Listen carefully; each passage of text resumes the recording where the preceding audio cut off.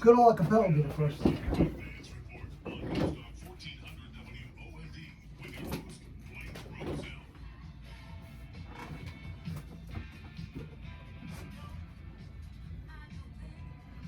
Welcome back, everybody, to another Saturday. I am your host, Blake Roselle, here on News Talk 1400 WOND. I hope everyone is enjoying their weekend during this heat wave. James? I'm loving the heat wave, of course. So funny. People can just say, well, they love the heat, they love the cold, but what is it? I mean, what is it really? What is the happy medium with all this, right? I think a lot of people like the San Diego weather, 75 and sunny and no humidity. 68 degrees all year. I was there. 68 degrees when I was in the wow. Air Force. Unbelievable. All year long, 68, 69.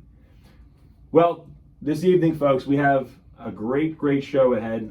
Thanks to all of you who tuned in last week to my friend Malcolm and his journey in the music industry, college basketball, and the career that he really chose for himself and how hard he worked to get to where he's at today. So we'll definitely check in with Malcolm in the future. We'll have him back on the show to kind of see how he's making out with his music and new songs that he has released. So we definitely want to, listen out for Malcolm and wish him the best of luck. But tonight I do have a great show heading your way. I have two very good gentlemen here tonight with tons and tons of music talk, little military talk, you name it. We have a great show coming your way. I would like to introduce Father Jim Drucker, the Doo-Wop priest of Philadelphia. Father Jim Drucker, Philadelphia's Doo-Wop priest on Outside FM in the spirit of rock and roll. And it's not true, Blake is not more handsome than I. You can catch Father on, like he said, OutsideFM.com, and he's on every Saturday morning from 6 to 8 a.m. And he has the #1 rated show on that. Is that correct, Father? According to my boss, absolutely. T. Morgan, who is a living legend. In 68, T came from Scranton, a young fella, 1920, went to LaSalle College. One day he's thinking, you know what? He walks into the studios of MMRFM, for God's sake. And he goes in, he pitches the Let's Play album cuts. They say, get out of here, kid. Kicked him out. 3 weeks later, they call him and said, we like your idea. They hired him. He became a legend. He was the first to bring classic rock to any FM station in America. And probably till this day, most disc jockeys would agree that it's the best FM in classic rock that was ever established, even greater than PLJ FM in New York City. T. Morgan, I love you. He has me on the air with Dick Summer. My God, Dick Summer, 35 states on WBZ, the poet laureate of radio. My God, I can't take this mic and headset. It's fantastic. Goodbye, Brake. We'll see you next week. So, Father, we'll come right back to you. But before we do, because we have a lot to get to, I would like to introduce my good friend, Jerry Tempesta, who has been a great singer his whole life. Also has served in the Air Force, and you have Army, right? And you are being inducted for the Medal of the Honor, right? We're doing paperwork presently. Jerry in Vietnam at the Renegade Woods, the Battle of Renegade Woods, really was an ambush. And he went in as an infantryman, soldier. I've been told by many of his comrades, Sergeant Radley, that he was the best soldier he's ever been in the military with. He was a platoon sergeant. And during this skirmish, when they got into this firefight in Renegade Woods, the 4 of the men were immediately killed with machine gun fire. Jerry saw his Lieutenant Clark, First Louis, platoon leader, get shot in the stomach. Immediately, young man, 21, 22, whatever, young age, runs over, saves his life, takes him back to safety, goes back into combat, gets shot in the head, still continues to fight, throws a hand grenade into the enemy, most likely saving many other lives because that machine gun nest was taken out. Wonderful man. He's a singer. I'm proud to know him as a brother veteran. I was in during Vietnam. I was not in Vietnam. I was in the reserve, but I could have gone because when I was in 6 months of active duty at Fort Jackson, they told us we were going to go. Thank God I didn't, but I was in Persian Gulf as a Catholic chaplain, priest, captain in Persian Gulf in Turkey and northern Iraq. Well, I do want to thank both of you gentlemen for your service. But Jerry, we'll start off with you a little bit. So Jerry was with a group called the Emeralds, and also Frankie and the Fashions out of Philadelphia. Jerry, you want to tell us a little bit about that real quick? Yes, in 1965, me and my high school friend Joe Purpura started the group The Emeralds. And we sang at different places here and there, and then I got drafted, and I was in the military for 2 years, and when I came home, I actually lost singing in my heart. I didn't realize I was suffering from post-traumatic stress disorder. I was untreated by the VA because they didn't treat Vietnam veterans too well. They thought we were all crazy. And I didn't go back for 25 years because I needed to be treated for my head wound, a traumatic brain injury I was suffering from.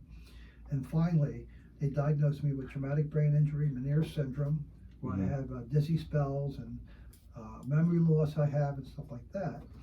And when I started singing again, Joe came knocking on my mom's door in 1995, and we started singing again, and singing helped me with my PTSD. Right. And I started feeling much better about myself, and the singing was like therapy for me.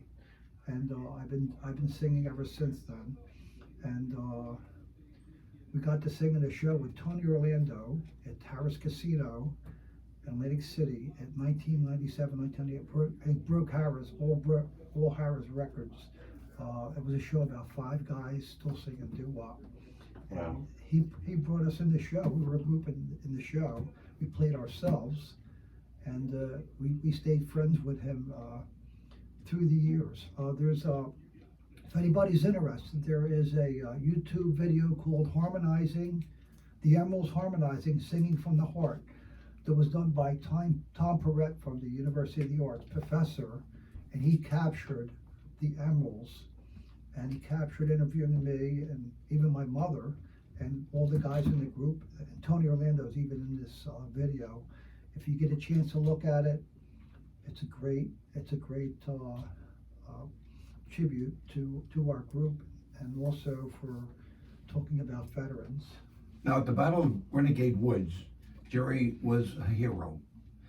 I was asked by VFW magazine, I have a master's degree in journalism, to put together an article for VFW. They asked me to do it. I completed it. I interviewed every member, almost, except for 3 or 4, who could not talk about this trauma, this battle. It was an ambush. Right.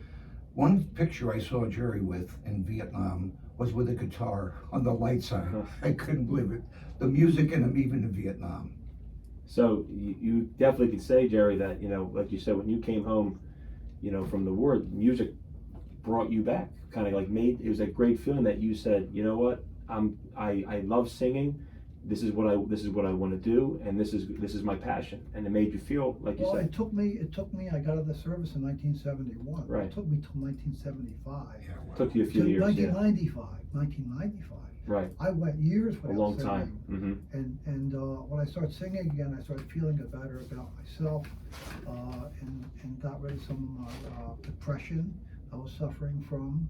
And there's a song called Good Old Acapella I would like you to hear.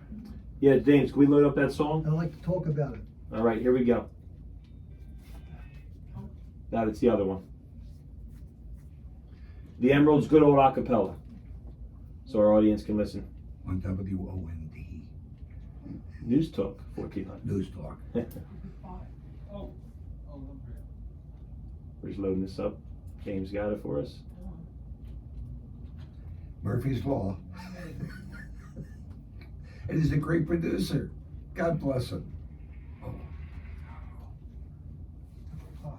In the meantime, let me talk about Big So Bob while we get that loaded up, Yes. James is going to load up that CD. So, No. Father, I wanted to get back to you about you're in the industry of radio, obviously, and radio took off years ago and became a huge thing. And also, I do want to mention before I forget that you are a part of the Philadelphia Broadcast Pioneers, right? Tell us a little bit about that. Pioneers of Philadelphia. A fellow named Johnny Hall, guitar player from Bethlehem area, Right. inducted me and paid my membership, and I've been a member for, I guess, the last 10 years. T. Morgan is one of the official Yeah. Broadcast Mhm. Pioneers. Kelly Ripa is one of the members. Danny Rapp, Ed Hurst, Bill Wright Sr., Bobby Rydell, Jerry Blavitt, the Geeter with the Yeah, the Geeter. boss of Laugh Sauce. Where I'll be heading after this show. Here we go.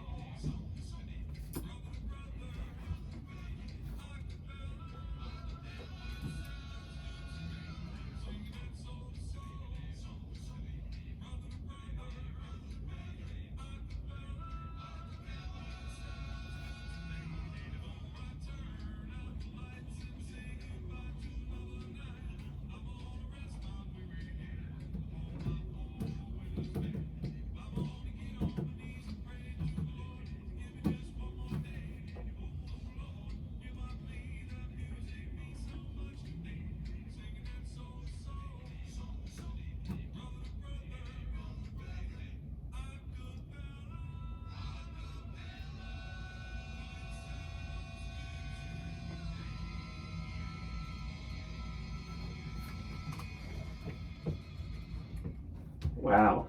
Listen to that, James. You don't hear music like that anymore, do you? No, not even close. That was incredible. I mean, just hearing that just brings you back a long time, huh? You have that auto-tune to get things like that. Yeah. Jerry, tell us a little bit about that, because that is a Well, great. That song I picked out for the Cryptid too. It was originally done by the Persuasions, and just a little story about that song. We recorded it. We recorded it probably about 20 years ago, and Robert Davi, the movie actor, was making a movie called The Dukes about 5 guys that came back from singing. They were famous singers, and all of a sudden we got a phone call from Robert Davi, and he wanted an a cappella song for his movie, and we had gave our CD to Butch Barbello, the music director of the Duprees, and Robert Davi went to him and he was looking for the right song. So he heard all these different versions of the song, even the original, but he liked ours the best. Wow. So he flew us out to Florida and then California to walk the red carpet, okay, and, Wow. and sing at the opening of this movie, The Dukes, which is also starring Chaz Palminteri. And Chaz, when he opens up his Streets of the his Bronx Tale show, his one-man show, Great movie, by the way. he'll play that song he'll play that song and maybe one of our other songs, because we also recorded the Bronx Tale, the Streets of the Bronx. So he would play that at some of his shows. That's great. Yeah, I mean, a lot in that movie, in Chaz Palminteri's movie, I mean, is all about the doo-wop on the streets of the Bronx in the 1960s. I mean, Yeah. so that just ties in right there, and that's an unbelievable soundtrack, that movie. So it's great that you did a lot of work with Chaz's movie. You know. Yes. Now you have another. Now, part of Frankie and the Fashions, we have another song that we want to play. What do I have to do? James, you load that one up real quick, and then we'll. And Frankie wrote the song. Frankie LaFaro. Frankie LaFaro wrote that song, and James will come right back to you in a minute after we play a little clip of it. So James, load up Frankie and the Fashions if you have that one on.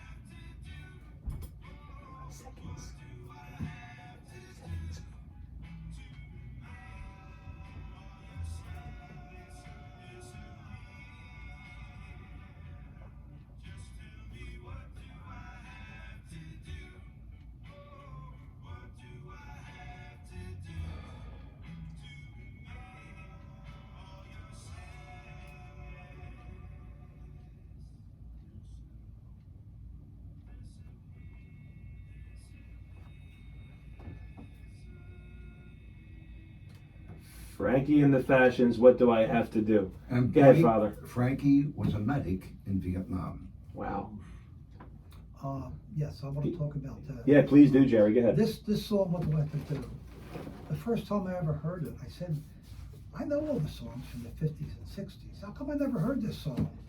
And it was written in 1993 by Frank, and then it came out later at 49th Street Records, his own label. And one time at Harvey Holiday was at the Rock Lobster, and he had an a cappella contest for a stage show was coming out. Whoever was the winner of that show.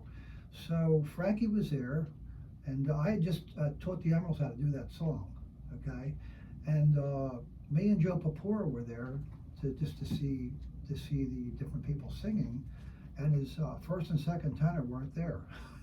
They had to work, so we filled in. Wow. That's how I met him. How about that?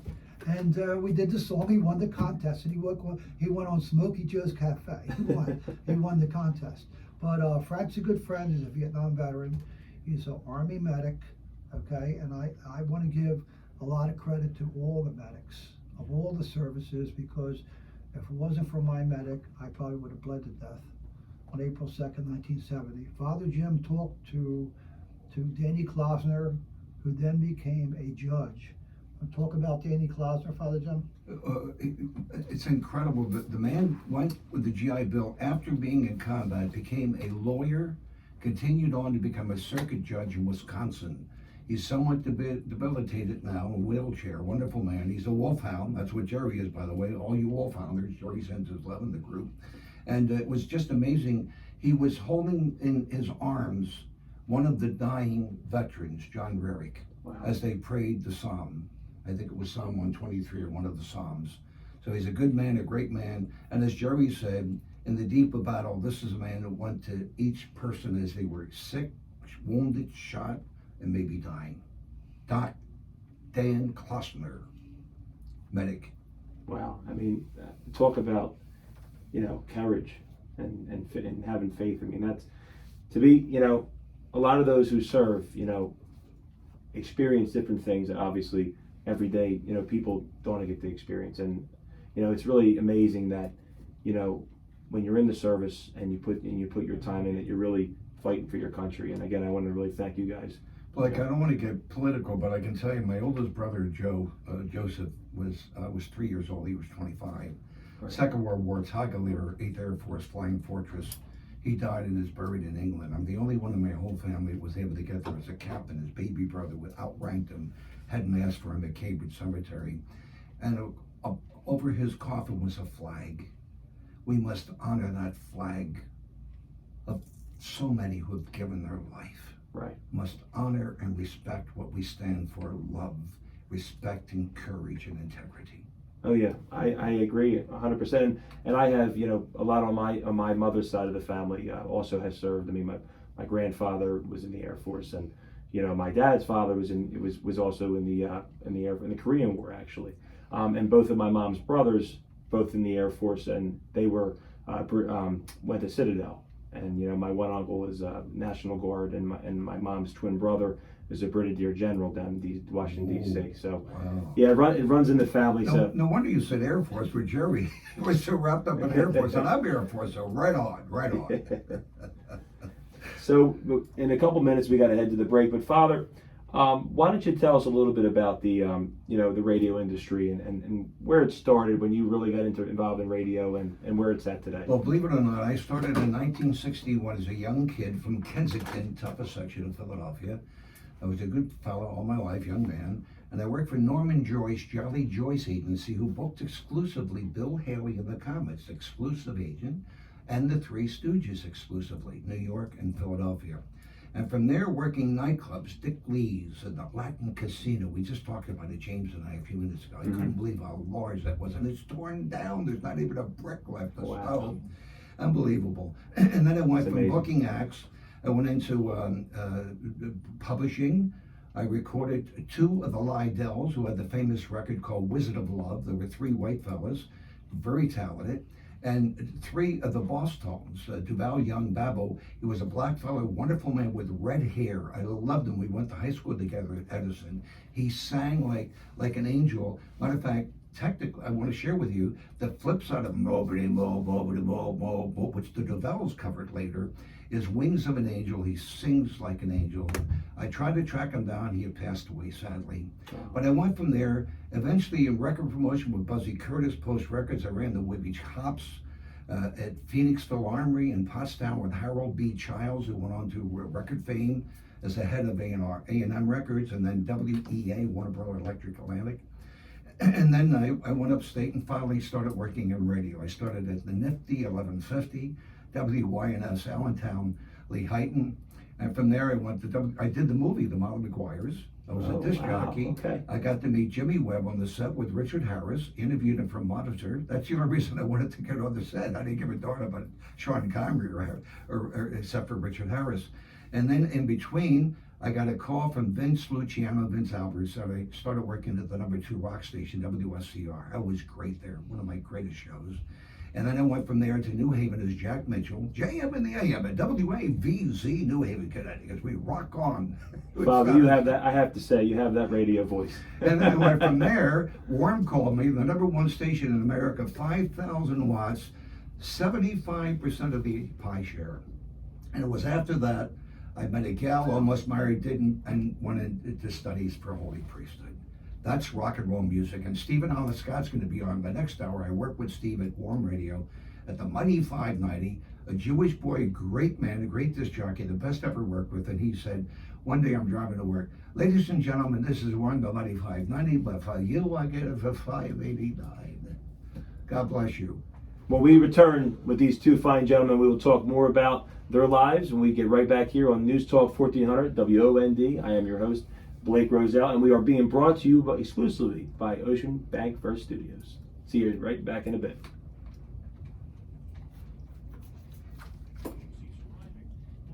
Did I go over? No, you're fine. I always get wonder if I go Are you over. off mic? Yeah. When the on air goes off when I'm on mic. I want to talk a little bit about